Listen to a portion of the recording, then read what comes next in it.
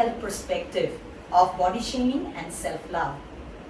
Well, repeated negative or positive thoughts can change the programming in the brain, human brain, changing the neurocircuitry and the connections. Now let me explain this to all of you. It is not as superficial as I'm thinking positive and so I'm feeling positive. I'm thinking negative, so I'm feeling negative. There's a deeper scientific, neurological basis to this explanation, to this reason why it happens that way. In the brain, there are cells called neurons. Neurons are connected to one another through two kinds of connections. One are the axons and the other is the dendrites. The axons can connect with the dendrites or the dendrites can connect with dendrites. Now what happens when I'm repeatedly thinking negative about myself because of someone else is telling me negative all the time, criticizing me. But I have negative thoughts within my own head, repeated negative thoughts. That way I'm changing those connections, the axonal or the exodendritic or the dendrodendritic connections in the brain. And that way I change the structure of the brain over a course of time. This is called the theory of neuroplasticity. So beware of what you think. If you think positively, repeatedly, chronically positive thinking, then your brain is going to change its structure into something more plastic and more viable. And if you think negatively over a chronic period of time, again your brain is going to change its structure into a more shrunken and wrinkled brain. So later you will have problems of memory, attention, dementia, etc. So think positive. Second is the functional theory. When I think negative all the time, when I'm not loving myself, then the level of neurotransmitters like serotonin, dopamine, norepinephrine, gamma aminobutyric acid falls in the brain. When I think repeatedly, positive thoughts, they rise in the brain.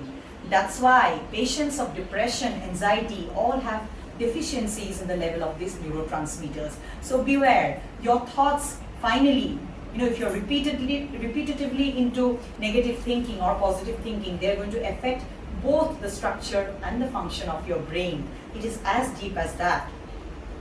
Third is regular exercise releases endorphins or happy hormones in the brain. So exercise every day. Okay, and fourth is chronic stress. When you're stressed out because of lack of self-love, because of excessive body shaming, or because of a lot of stressful incidents in your life, it puts a stress also on the hypothalamo-pituitary adrenal axis, which is called the HPA axis, leading to increase in the level of cortisol in your body. This hormone cortisol is toxic for your heart, toxic for your brain. It leads to a lot of lifestyle diseases. It leads to anxiety, depression, everything. So look at the connection. Your thoughts, it's changing the structure of your brain, changing the function of your brain, changing the hypothalamo-pituitary adrenal axis also. Therefore, when I was talking about positive self-talk, practice in the mornings and in the evenings, over many months, it changes both the brain structure, the function, and the hypothalamo-pituitary adrenal axis. It reduces the level of the toxic hormone called cortisol. The last thing that I want to mention here is all psychological disorders have been attributed to three factors. One, biological factors. Number two, psychological factors. Number three, social factors. So we have a theory called biopsychosocial model of psychological disorders. Remember, when you are being body shamed, you are being criticized, etc., the biology goes haywire. The structure and the function of the brain gets affected, I told you. The psychology, your personality gets affected if you have had a bad upbringing, being bullied, being body shamed, etc. And of course, the social factors, I've talked about the social stereotypes and the gender stereotypes, etc.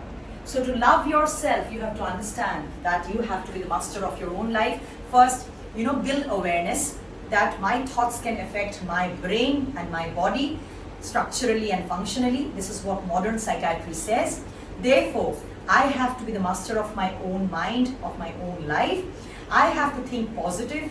I have to think beyond my body. I am not just my body. If somebody is body shaming me, he could be doing out of jealousy to pull me down. I will not let the other person succeed.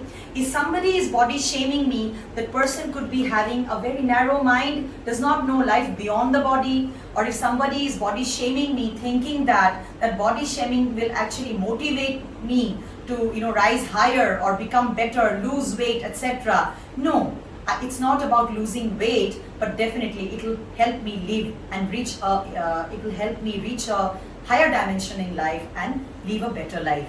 So always remember that we have to learn to love ourselves. I appeal to all the parents that they learn to appreciate their children, young children at home, for the small achievements that they make, for their small strengths, and ignore their weakness. If there is a weakness, of course you have to help them work on that to become better version of themselves, but appreciate them for who they really are.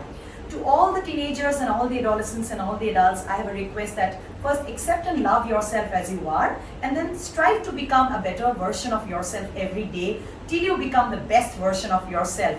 And that is the point when you actually have to leave the world, because this journey of growth and evolution and self-discovery, it is a lifelong journey. It continues till you breathe your last, and perhaps beyond also. Remember that it is your right, it is your basic necessity to love yourself. To love yourself, you will have to rise above issues like body shaming, to get away from negative people, and to create your own inner world, start your own inner journey where you know your true inner strength and your power. You are powerful. So I would end this presentation by saying that as you become more clear about who you really are, you'll be better able to decide what is best for you.